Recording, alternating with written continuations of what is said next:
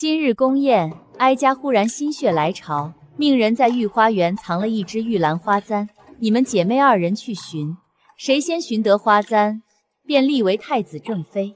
余下一人则指婚给九皇子萧景。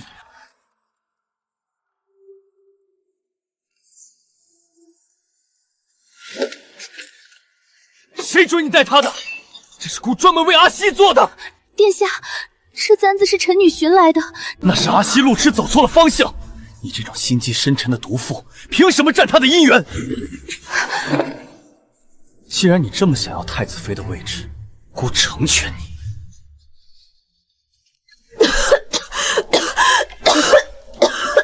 太子殿下又去丞相府私会大小姐，可怜这位占了位子，却守了一辈子空房。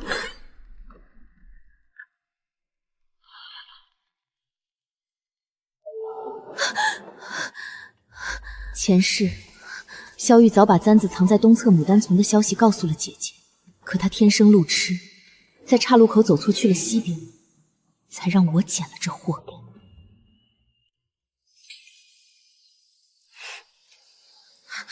姐姐，那边太黑了，姐姐把这条有月光的路让给我可好？阿昭最喜欢夜里跑出去玩，连树林里窜出大狗都不怕，怎的突然怕黑了？就是突然害怕了嘛，姐姐就让给我好不好？宫宴前，太子特意嘱咐过，玉兰花簪就藏在东侧牡丹花丛下。阿昭现在要换路，等同于要把太子妃的位置让给我。好好好，就依你，我去另一边找就是。萧玉，既然你早将簪子所在告诉了江云熙，这辈子我就成全你们这对命定之人。找到了。怎么会？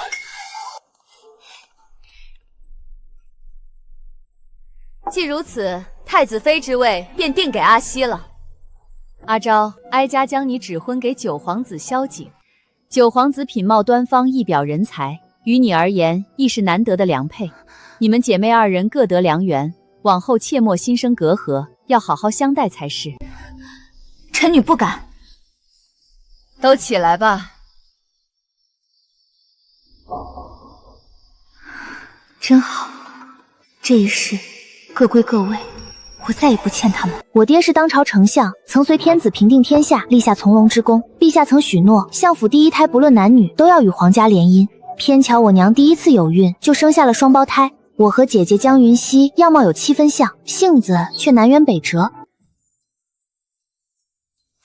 咱们刚行过吉吉礼，皇后就召见，莫不是要给我们定亲了？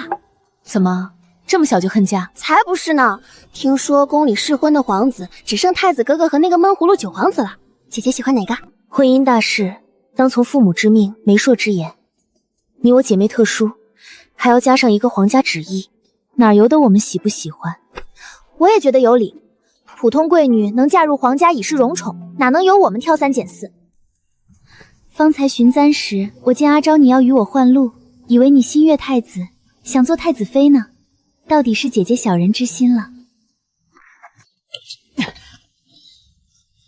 好可爱的妹妹，阿昭妹妹，记得多入宫找姑玩。原来哪怕是那一包点心，江云熙也有一份。萧玉甚至多给姐姐包了松子糖。她那句入宫玩，也是看着姐姐说的。当初竟是我自作多情了。姐姐清雅端方，与这簪子最是相配。我性子跳脱，若真得了她，还不被人笑话是猴子带花？就你嘴偏。只是姐姐与太子两情相悦，该早些告诉我才是。若今日出了岔子，簪子真被我捡了去，就不好收场了。不会的，阿西不必担心，阿昭妹妹最是懂事，不会觊觎姐姐的东西，对吗？觊觎，上一世她恨极了我，叫我的名字满是厌恶，甚至骂我是坏女人。不成想重活一世，竟还能听她喊一声阿昭妹妹。太子哥哥说什么呢？阿昭最是单纯，怎可用觊觎2个字？好好好，是我失言了，稍后让你罚我，好不好？太子殿下说的是，姐姐的东西阿昭不敢沾染。九弟孤僻少言，寡淡无趣，想来你也是不愿嫁他的。可眼下母后已下了旨，京中其他才俊又配不上你的身份。这样吧，你且安心回府，待我改日禀告母后，让她改了旨意，将你一并纳入东宫。太子殿下多虑了，嫁与九皇子，阿昭是愿意的。府里的中妇往后都交由你打理。嫁给这样一个宽厚懂礼的人，即便没有儿女情长，也断不会受委屈。比起东宫的折磨，九皇子府简直是天堂。江云昭，你再说一遍！太子哥哥，你为何这般奇怪？阿昭嫁给九皇子有什么不好吗？很好，再好不过。这是怎么了？许是有什么政务急着处理吧。下月初8，你们姐妹同日出嫁，虽是高攀皇家，但爹娘绝不委屈你们。首饰摆件、香笼家具都是双份。走，明日去绸缎庄，你们挑些自己称心的花色做喜仪。太子哥哥帮我长长眼，看看哪个花色好看。阿西的眼光一向很好，你挑的都好看。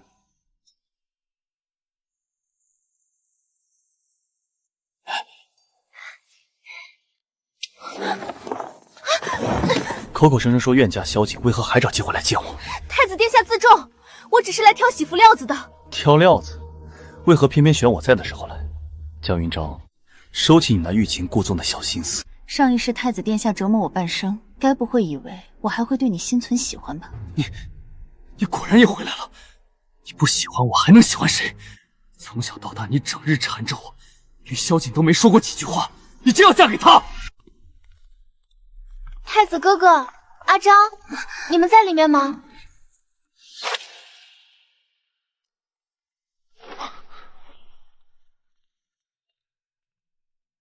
太子哥哥，阿昭，方才你们怎会躲在屏风之后？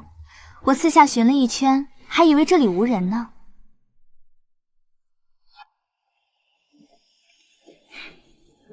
方才见阿昭独自在此挑选料子，怕阿昭拿不定主意，便随口提点了几句，倒让你费心找寻了。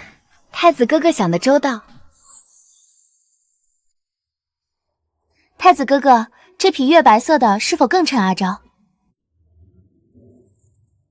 阿西选的自然是最好的。掌柜的，把这料子包好。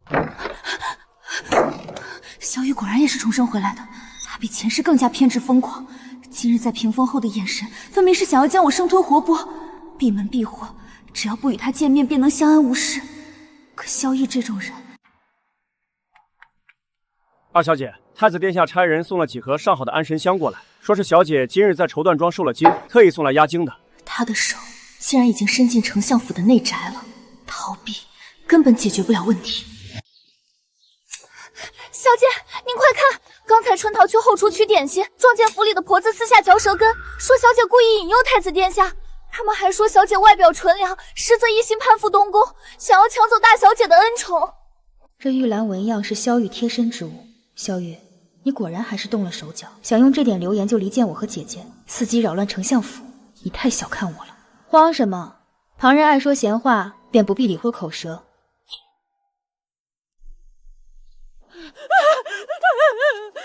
二小姐，查清楚了，这婆子如实招认，是受了重金贿赂，特意在府里散播是非。按家法处置，赶出府去。阿昭，府中的闲话我都听说了，此事因太子而起，无端连累了你，是姐姐对不住你。姐姐切莫这般说，不过是市井闲言，我从未放在心上。你我一母同胞，相知多年，岂会被外人的挑唆生出隔阂？如今萧玉行事古怪，我们更要彼此照拂。我也越发看不懂他了。从前他满心皆是我，可近来相处，目光总不由自主落在你身上，举止处处透着怪异。快了，只要熬过这3日，拜了堂，我便能彻底与萧玉两清。皇家不比寻常人家，规矩多，礼数重。你们姐妹往后要谨言慎行，多忍让。但若真受了欺负，也不要一个人憋着。记住，丞相府的门永远为你们敞开。女儿明白。萧玉执念两世，这辈子江云熙定会被娇宠一生。至于萧景，只要我不惹他，想来也不会有委屈。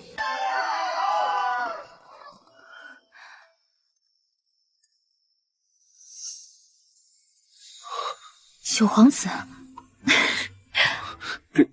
给你，这是你亲手织的。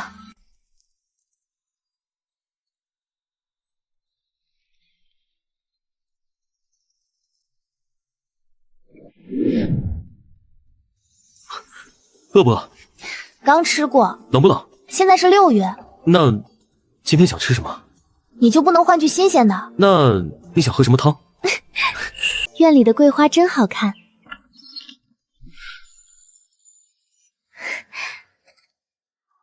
宫里的锦鲤不错。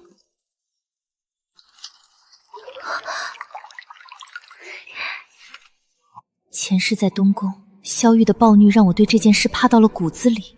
九皇子，榻上窄，被子都盖不全，过来睡吧。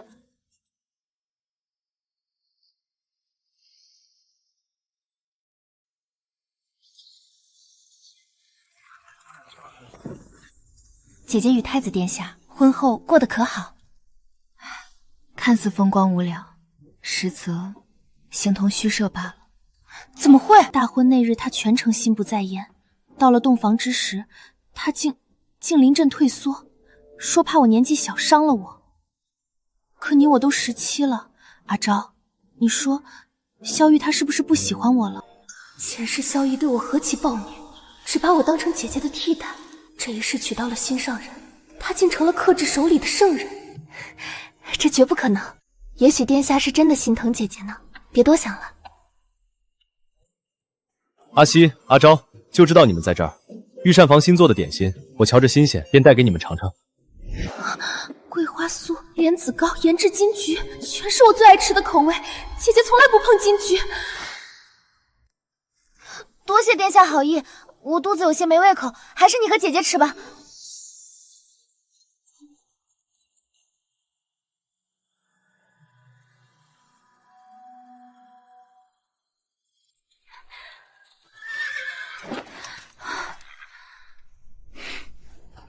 怎么了？不高兴？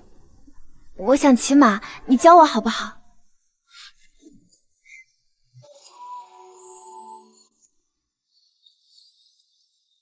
别怕，坐稳了，我在。风大了，在这等我，回营给你取件挡风的外衫。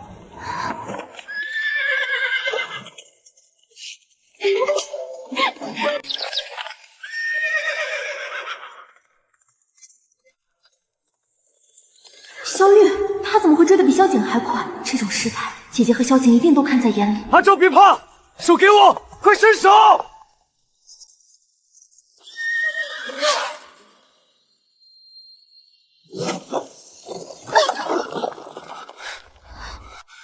阿昭，哪儿疼？说话。你怎么才来？没事了，我在。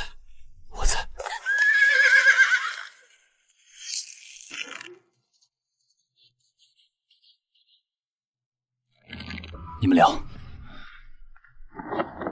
阿昭，你可有什么话要同我解释？姐姐，你相信有前世今生吗？照你所说，萧玉前世与你蹉跎半生，也不曾忘记我。如今他夙愿得偿，娶我为妻，反而不喜欢我，爱上了你。姐姐，我真的不知道他为何会变成这样。我如今对他没有半分心意，姐姐对我这么好，我怎么会抢你的人？我只问你一句，上一世萧玉多番找机会见我，那时的我有没有与他苟合伤害于你？没有，姐姐心中虽念着太子，却始终恪守礼节，连私下见面也从未有过。那就好。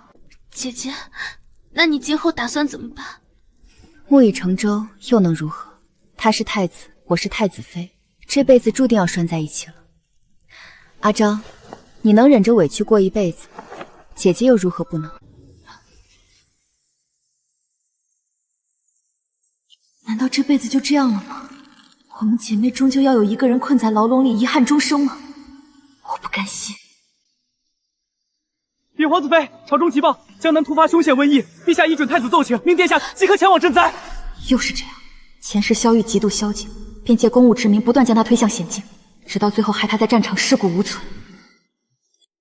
我要和你一起去江南。不行，疫区凶险，路上有颠簸，我怎能让你随我受苦？可我不放心你，萧景，让我跟着你。阿昭，听话。江南疫病肆虐，你去了不仅帮不上忙，反而会让我分心，拖累我。乖乖留在京城等我。这是我从古籍上看来的一瓶症状和方子，你带去和太医们参详，务必做好防护。等我回来。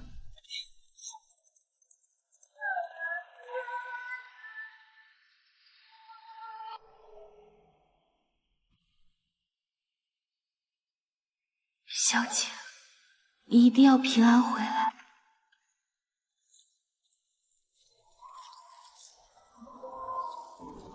以前没觉得，怎么萧景这一走，这院子大得让人心慌。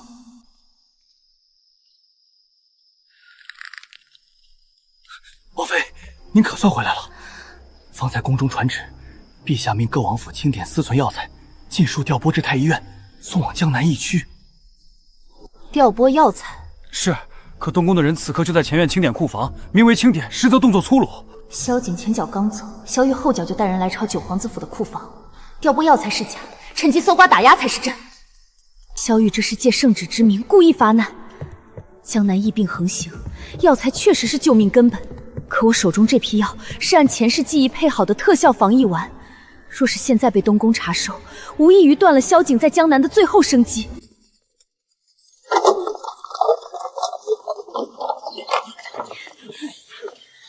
住手！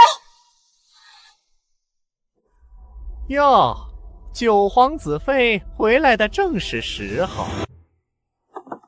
陛下有令，江南灾情告急，京中所有私藏药材统一征用。老奴也是奉命行事，还请九皇子妃多多配合。寻常药材自当遵从圣命，只是库房深处有一批寻常草药混制的丸药，药性霸道，只可外用。此药不可送入疫区给病患使用，若贸然取用，恐酿成大祸。赵公公，若闹出了人命，你担得起吗？哼，九皇子妃休要推诿，圣旨面前容不得半点私心，全数带走。住手！你们这是在滥杀无辜的百姓！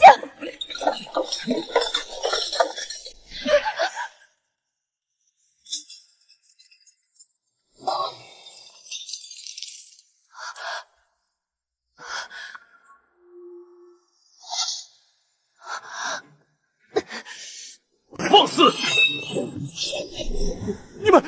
你们敢阻拦皇命，就不怕治罪吗？赵公公，若这些暗卫今日失了手，这库房里的东宫卫，怕是一个都活不成。奉命护主，何罪之有？药材可按圣命调破，但这批外用幽丸绝不能动。若是因此耽误疫区救治，责任该由谁承担？赵公公，我也无意让你难做，我愿将府中90%药材悉数上交，唯独这批外用丸药，我会亲自派人快马送往江南前线，交由九皇子查验使用。若是出了丝毫差错，我江云昭一力承担，届时随你们回宫领罪。好，既然王妃敢立下生死状，那咱家便回禀太子殿下，清点药材，撤。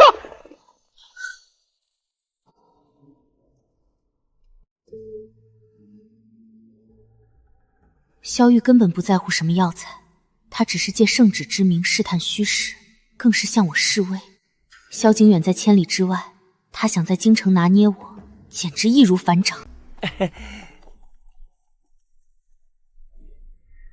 侧妃娘娘，这是太子殿下挂念妹妹，特意吩咐奴才送来的。本妃说了，不需要，原样抬回去。全给我滚出去！江云昭，你到底要躲孤到什么时候？太子殿下，我已嫁为人妇，你这般贸然闯进来，实在与理不合。与理不合？你我相伴数年，前世早已什么都做过了。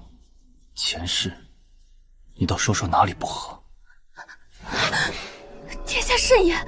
你为何就是不明白我的心意？刚回来时见阿西寻到簪子，我确实欢喜。可后来我发现，我受不了你同萧景在一起，这份嫉妒竟盖过了与阿西重逢的喜悦。疯了！他前世从未动过更改婚约的念头，这事竟然为了我做到这种地步。阿昭，你再给我一次机会好不好？我会禀告父皇，让你做太子正妃，日后我登基便封你为后。我至今未碰阿西，就是为了先宠幸你。跟我走，让我好好补偿你好不好？不可能！既然你知道丞相之女不同旁人，今日便更不该来。你这般冲动，陛下不会应允，我爹不会答应，萧景更不会允许。萧景，事到如今，你该不会以为他还能回来吧？你什么意思？你以为前世萧景是怎么死的？是我让人放了冷箭，令他摔下悬崖，死无全尸。我上辈子能让他死在战场，这辈子照样能让他死在疫区。那可是疫区啊，多死一个人，你猜会不会有人怀疑？你疯了，萧玉，你简直是个疯子！我是疯了，都是被你逼疯的。江云昭，今天你跟我走也得走，不跟我走，我绑也要把你绑走。放开我，萧玉！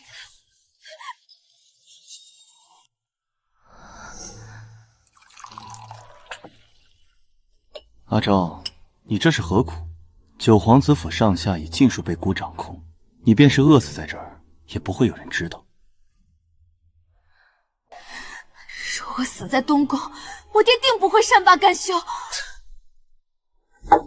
岳父大人啊，他如今自顾不暇，怕是顾不上你了。你到底对他做了什么？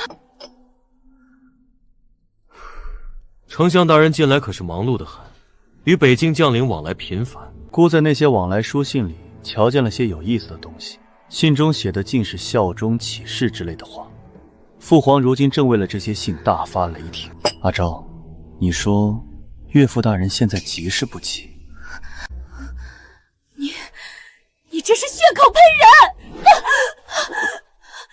爹爹一生忠心为国，辅佐2任帝王，何曾有过半分谋逆之心？北京、信件，这些全都是萧玉栽赃陷害。他为了逼我屈服，竟然连爹爹都不放过。是我害了爹爹，是我重活一世带来的变数，让萧玉这个疯子把刀对准了相府。萧玉，你这样做就不怕遭报应吗？我爹一定会想办法自证清白。笔记印证俱在，他拿什么自证？可若是由孤出手，局势便不同了。拉个人出来垫背，轻而易举，就看你愿不愿意点头。江云昭，你想清楚，丞相府一旦覆灭，便再也不是高高在上的丞相嫡女，到那时你照样逃不出孤的手心。是保住你爹安安稳稳和孤在一起，还是眼睁睁看着他身败名裂，含冤而死，你再被迫留在我身边，全在你一念之间。好好考虑，留给你的时间不多了。萧玉太懂怎么拿捏我了，爹爹的性命，相府满门的荣誉，我根本赌不起。还有萧景，他远在江南疫区，身边还有萧玉的人盯着，如今生死未卜。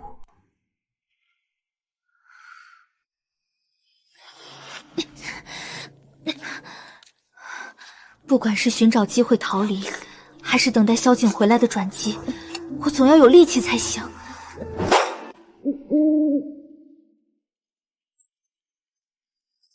换班时间是一炷香，此时出是防守最薄弱的时候。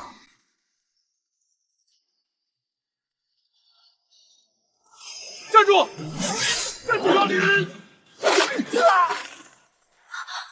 阿昭，快走！姐姐，姐姐，萧玉一直软禁着你，你怎么进得来东宫？萧玉今日被陛下急诏灭圣了，如今他自身难保，东宫早已乱作一团，没空管我们。自身难保，萧景在江南出事了，不是九皇子回来了。按着上面的方子抓药，立刻分发下去。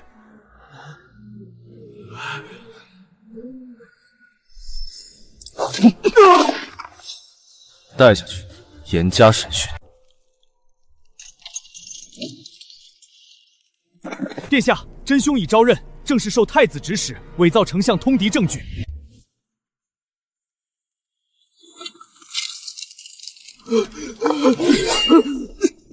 人证物证俱在，太子还要狡辩吗？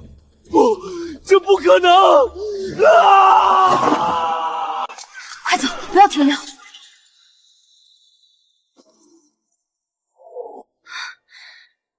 萧玉被陛下召去御前对证，我们暂时安全了。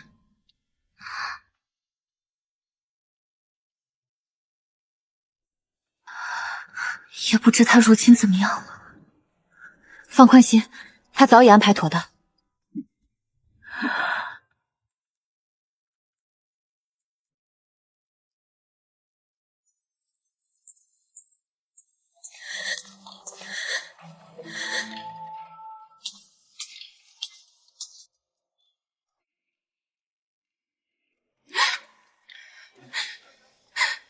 别怕，都结束了。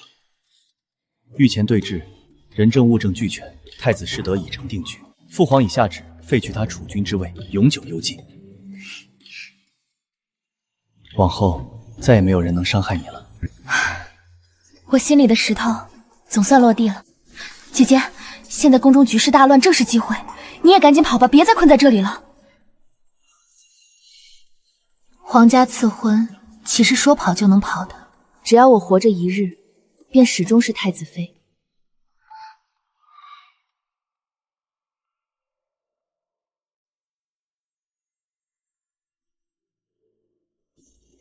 妹妹不必为我忧心，我自有我的去处。放心。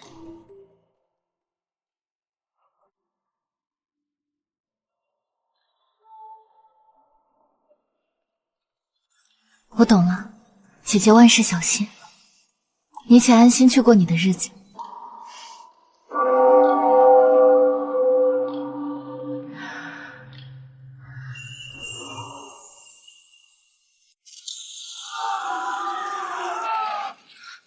东宫怎么突然起火了？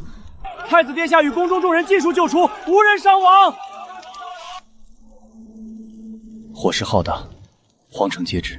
东宫之内只寻到一具焦尸，面目已然无法辨认。众人皆言那便是太子妃娘娘。爹娘若是得知，必定承受不住。老爷、夫人，大小姐她没了。我的女儿，我的希儿啊！白发人送黑发人，天哪！过来，悄悄传口讯给爹娘，一切皆是计策，姐姐安好。奴婢谨记，即刻去办。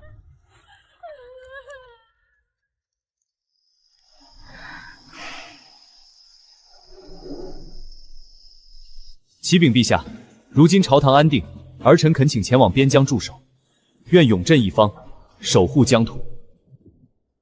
准奏，朕赐你南境封地，儿臣谢陛下隆恩。南境四季如春，天高云阔，远离京城千里。若是想家，随时可以回京。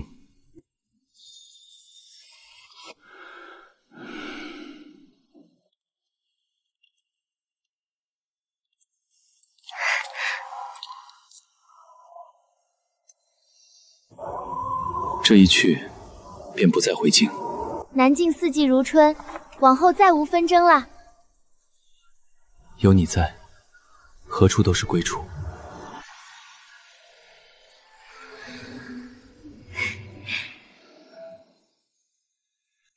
一晃5年时光悄然过去。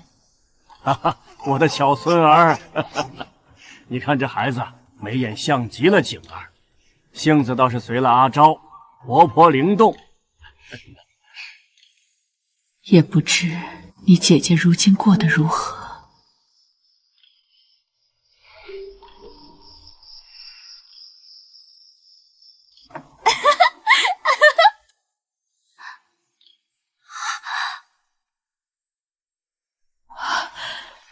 这声音是希儿。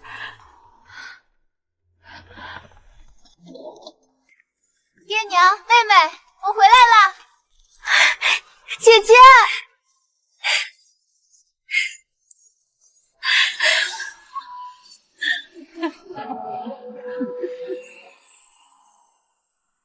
回来就好，回来就好。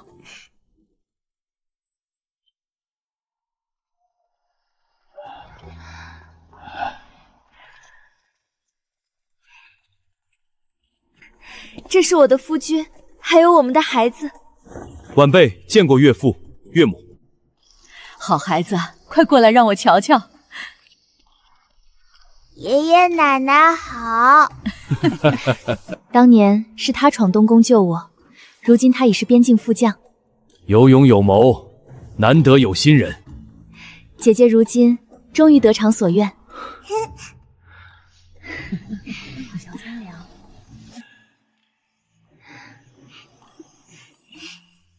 一家人总算团聚了。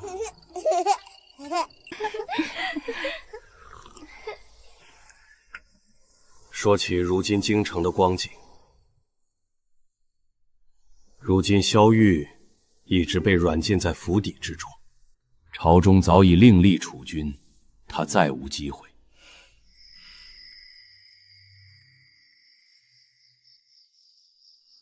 此人始终不知悔改。被软禁后，他屡次闹事，还托我捎信，到如今还不肯放下吗？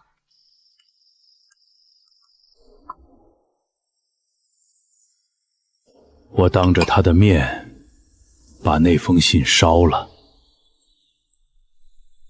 也是彻底断了他的念想啊。他自知再无希望，此后便整日酗酒度日，再也没有提过要相见的话。京城的旧事我都记不太清了，这一世的萧景心思缜密，行事周全。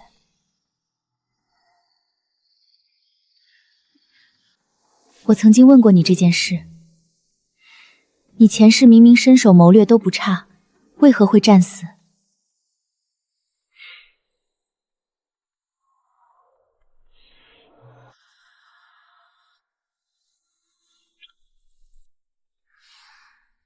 谁知道呢？许是上天看我可怜，这一世便变聪明了。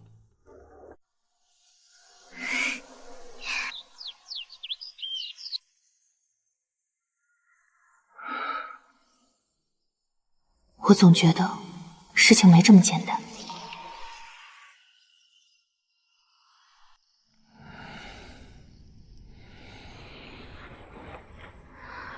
和他成婚多年，他依旧喜欢这样抱着我。有他在，我很少会做梦。可这一晚，我却梦见了他。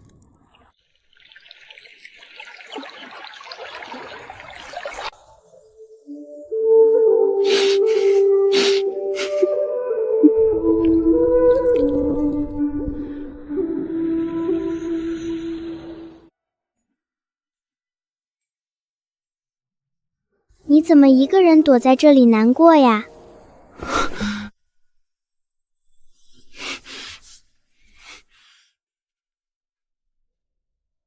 不要偷偷哭啦，这朵荷花送给你，以后我陪着你，没人会孤单啦。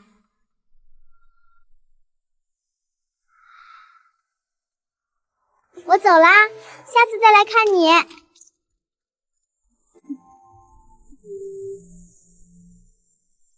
那朵荷花困住了他整整一生。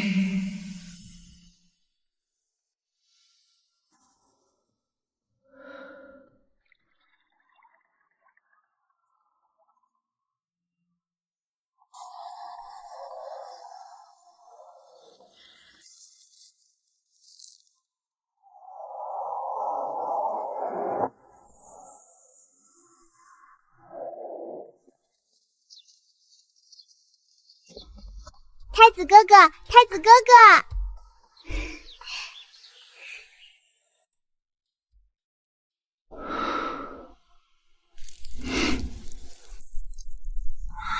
他大概早已把我忘了。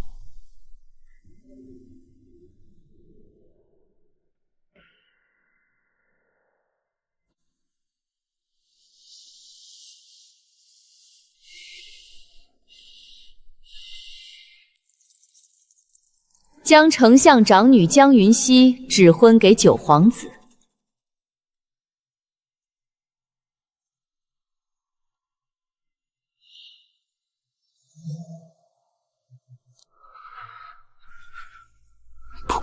宫女生的孩子，从来没有选择的权利，便是反抗。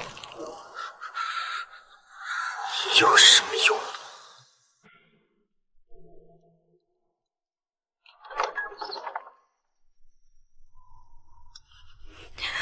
我从头到尾都不想嫁给你。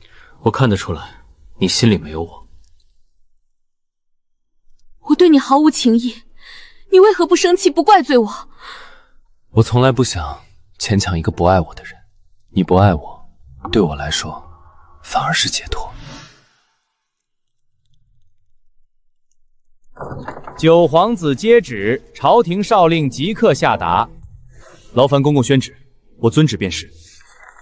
命九皇子即刻出发，前往江南疫区赈灾，后续镇守边关。险地边关疫区，我尽数前往，无需陛下再三催促。我不愿留在京城，看你们二人纠缠不休。万般纠葛又如何？他眼中从来无我一席之地。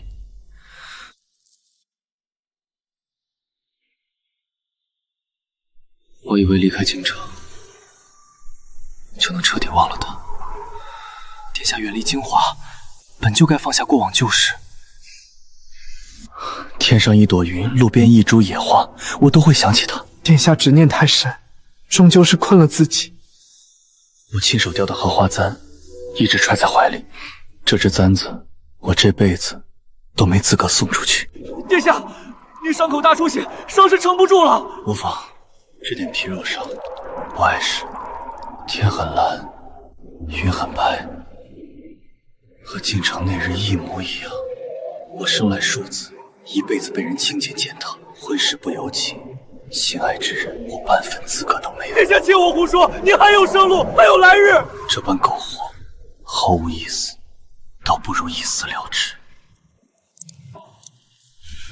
殿下，你还有气息，你活过来了。我竟然没死吗？战事已经平定，军中大局已定了，殿下。仗打完了，这军中不需要我这个弃子了。殿下养好伤势，留在军中，属下陪您。不必留我，我本就该孤身离开。他在心上人身边，至少一生平安，不会受苦。京城近日，朝堂与后宫一切安稳吗？京城噩耗，丞相之女江云昭上月殒命离世。你说谁死了？啊！你再说一遍！千真万确，姑娘香消玉殒，再无生还可能。是我的隐忍示弱，害死了她。近日朝堂安稳，碍眼之人尽数远离。只欠他一条公道，今日必须做个了断。来世不必让他再遇见我，不必卷入朝堂纷争，不用亏欠任何人，不用身不由己受尽委屈，只要他一生幸福健康，我便足矣。此生无憾。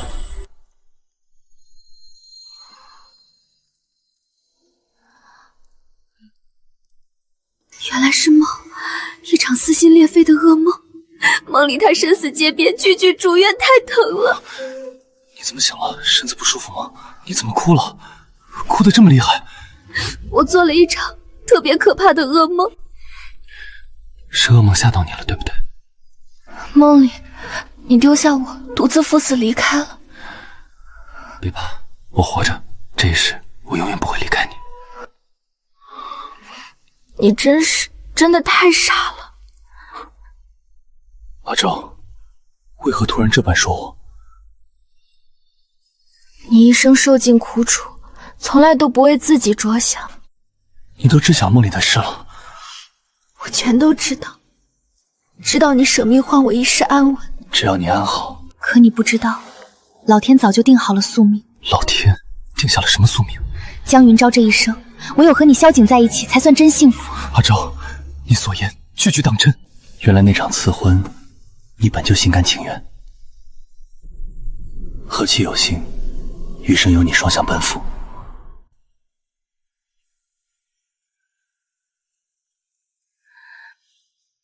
那些梦里的画面，我怎么都忘不掉。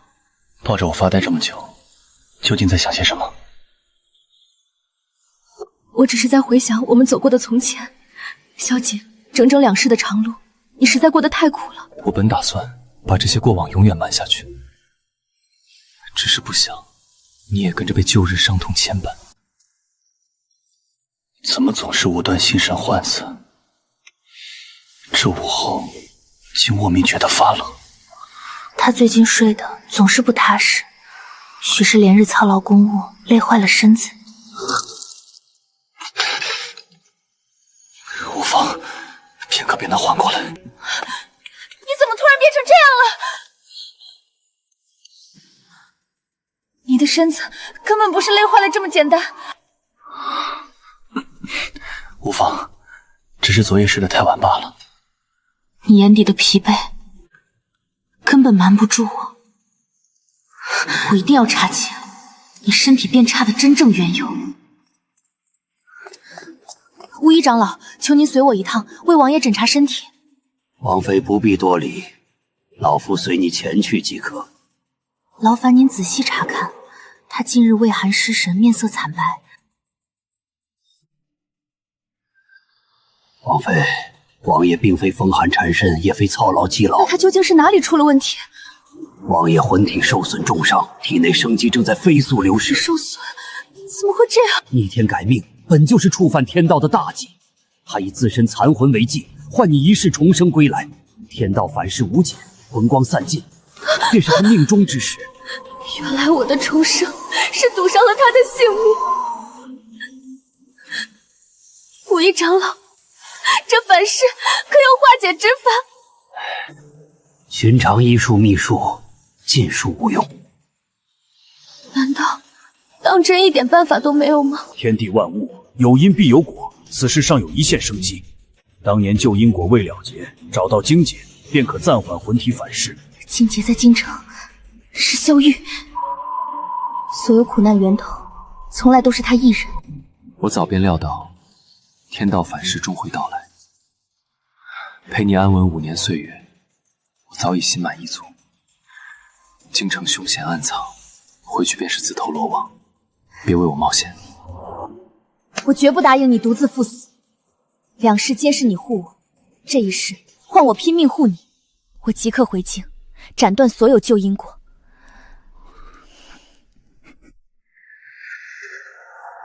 孩子留在封地最安稳，托付姐姐姐夫照看，我最放心。有姐姐照看孩儿，封地局势也能稳住。明日破晓，我即刻动身入京。我走之后，你务必好生休养身子。路途千里凶险，你万事保重自身。我知你决意已定，此路万事顺遂。九皇子萧景淡泊痊愈，远服避世，也算通透。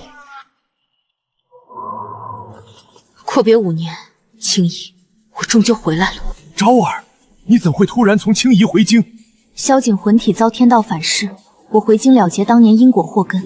萧玉软禁司府，酗酒疯癫，府邸守卫森严，寸步难进。余党旧部盘踞朝堂，如今归来，你就是他们夺权棋子。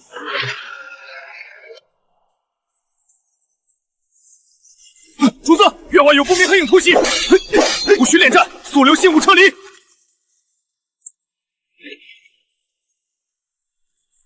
臣教废园，只身赴约，否则途径丞相满门。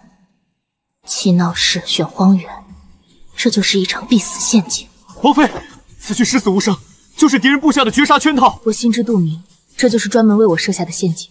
不见萧玉，查不透旧因果，王爷反噬永无解法。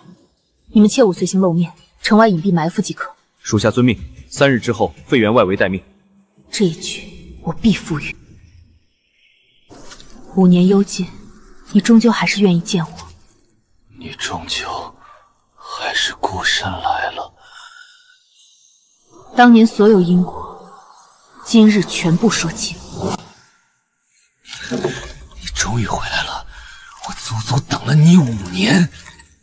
我归来不是叙旧，无需靠近我。2世纠缠恩怨，今日我们彻底做个了断。了断？事到如今如何能了断？我的储位、权势、心上人全部化为乌有，所有下场皆是你咎由自取。我绝不会放你再次离开我。主子，我们陷入全方位包围圈了，别白费力气挣扎，你们逃不出我的布局。一直在装疯卖傻，蛰伏不决。从我踏入废园一刻，你便已是瓮中之鳖。你当真以为当年蒙面刺杀，只为替我报仇？你此话是什么意思？当年战场还有隐情？前世萧景战死，从来不止我放箭这么简单。此事尘封20年，牵扯萧景生母出身。萧景生母不是宫中普通卑贱宫女吗？全是皇后伪造谎话。她本是先皇民间挚爱女子，皇后妒火攻心，加害孕母，弃幼子冷宫，自生自灭。难怪她幼时受尽折辱，半生无亲无故，无人庇护。前世萧景查清身份，暗中搜集太后罪状，想要母妃申冤。王爷竟背负如此深宫血海冤仇，原来他前世赴死，从来都不是偶然。战场除了我的杀手，还有当今太后直属死士为杀。竟是当朝太后，她才是幕后真凶。我本就是太后棋子，我们各取所需，除掉萧景。他忌惮罪证多年，必除萧景。我不过顺水推舟，所有旧案全被他死死压住。原来老巫医说的未了清源，源头全是太后。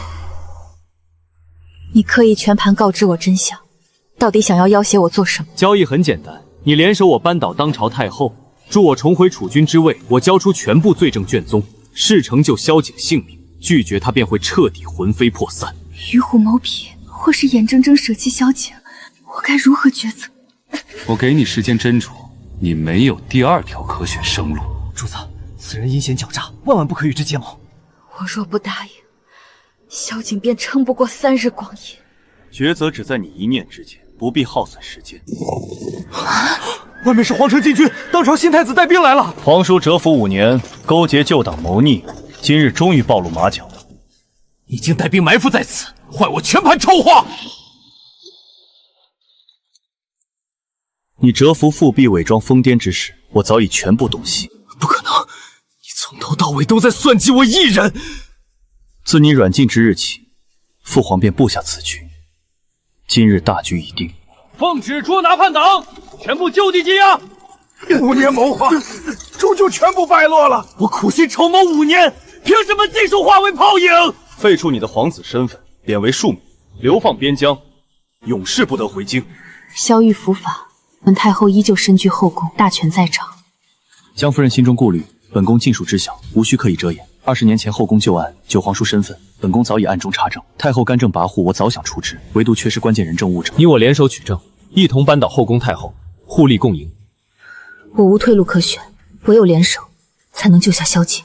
我答应结盟，合力彻查20年前全部宫闱冤案，定秘计，乔装入宫，直击太后长乐宫罪证腹地。